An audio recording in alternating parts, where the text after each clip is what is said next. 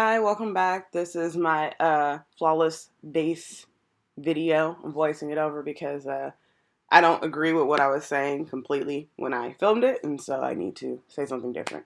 First, I'm using the Pat McGrath Sublime Perfection whatever primer.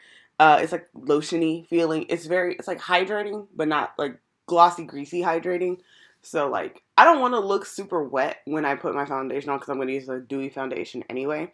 So I like that for like smoothing, and it makes you look lightly filtered, which is nice.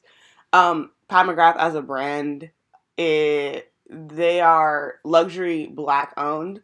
However, their like involvement with Naomi Campbell, which is questionable to be honest, as well as their just how do I say this? Oh God, it doesn't matter. Either way, Pat McGrath is okay, but sus.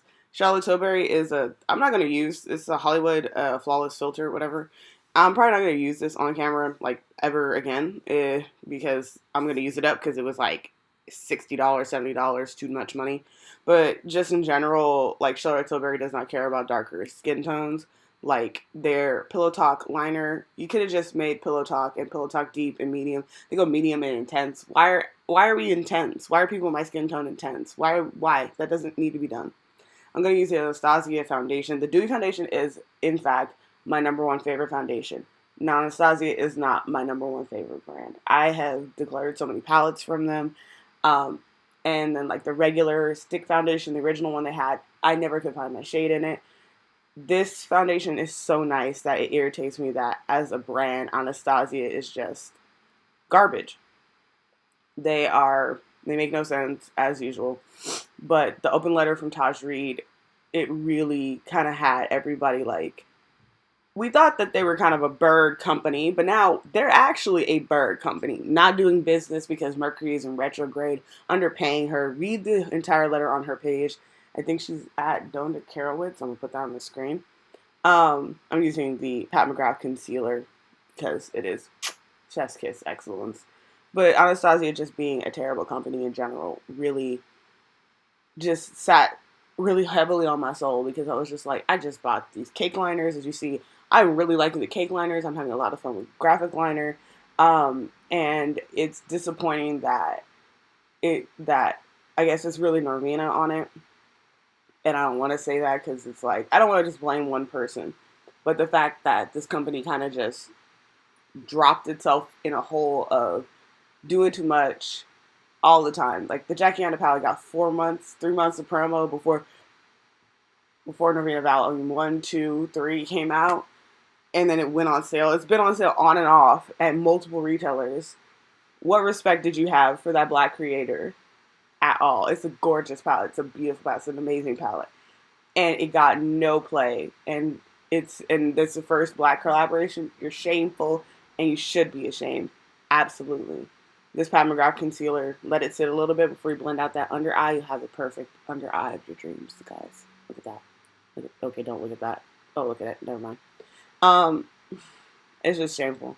Pat McGrath as a company is like, their shipping was terrible when I ordered the Sublime system. You can see that video if you want. The shipping was terrible. But like the products, when you buy them from anywhere else, which I can't because I don't shop from Sephora anymore, just decisions were made, choices were made, etc., etc. I'm gonna set with the Pat McGrath loose powder. It's very finely milled, where like every time I touch that little pot, I always have kick up. But it sets my under eyes so nice and so light that it doesn't feel like super dry. I always felt my under eyes like super dry compared to the rest of my face. I don't set the rest of my face. Yeah, I'm saying it. I don't set it. It alters the color of the foundation, so you have to buy a foundation that makes up with the powder. I don't do it. MAC is not the business because MAC is not cruelty free. MAC is just a giant conglomerate. And I got the Patrick Star bronzer. I have all the stuff from, I think I'm only missing like one of the many Patrick Star collaborations. I got all of the palettes. I got the bronzers. I use this bronzer every single day. I don't know any other bronzer.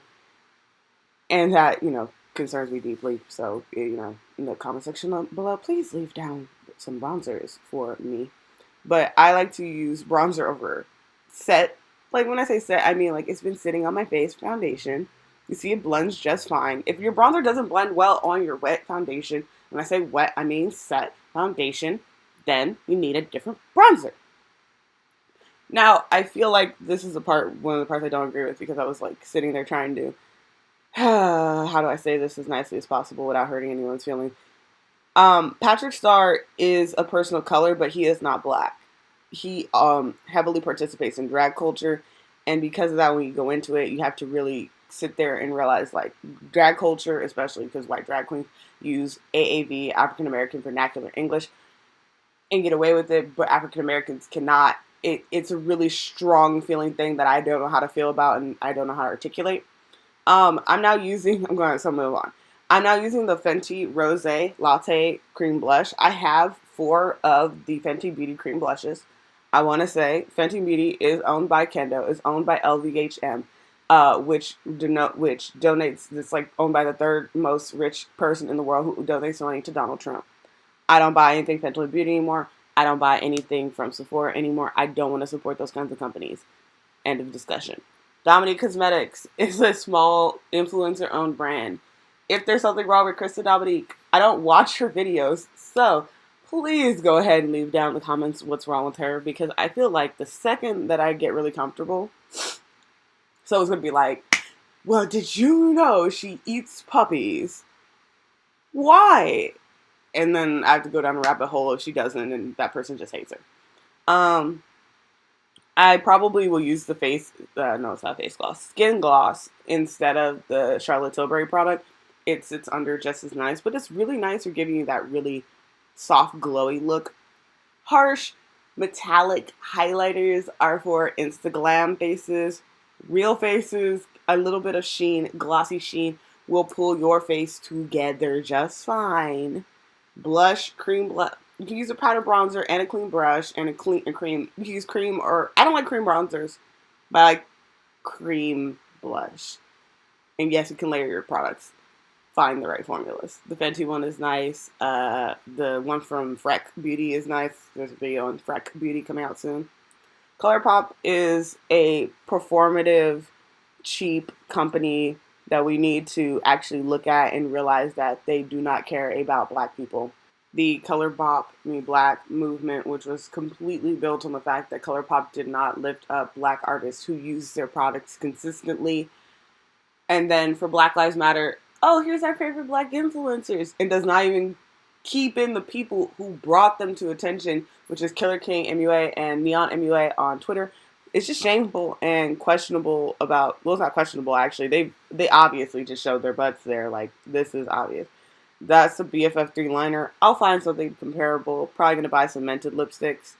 For actual lipstick, I use the Becca one, probably. No, because Becca also doesn't care about African Americans. There's a lot of time just spent, like, do you care about people of color? So I am putting on, oh, I am still putting on a Becca one. I love the Ultimate Lip Love collection. I just feel like there's so many brands that they just need diversity, or, oh, no, am I wearing the Becca one? Yeah. There's just so many brands, they need diversity, and they aren't doing it. And it's just sad because it kind of all falls apart in the sense of, like, once you bust out diversity and once you care about other people, it will benefit your company greatly. And then I'm using Limekern Gloss, where Limekern is a company that has so many controversies and they're barely getting out of them. And now with Black Lives Matter, they really need to put their money and their values where their mouths are, or it's not going to come together. But yeah, so that's how a fresh looking look goes. With some brands that I like and what I don't like about them anymore. Thank you guys so much for watching this video. I'm sorry it is in this quality, but you know, it is what it is. Why am I taking my lipstick off? Oh no, I had a nasty lip gloss line. Ugh. Anyway, leave down in the comment section below if there's something or a brand that you would specifically want to see. I'm gonna shop Oma Beauty soon. So leave your recommendations for that down below, and I'll see you guys later. Bye.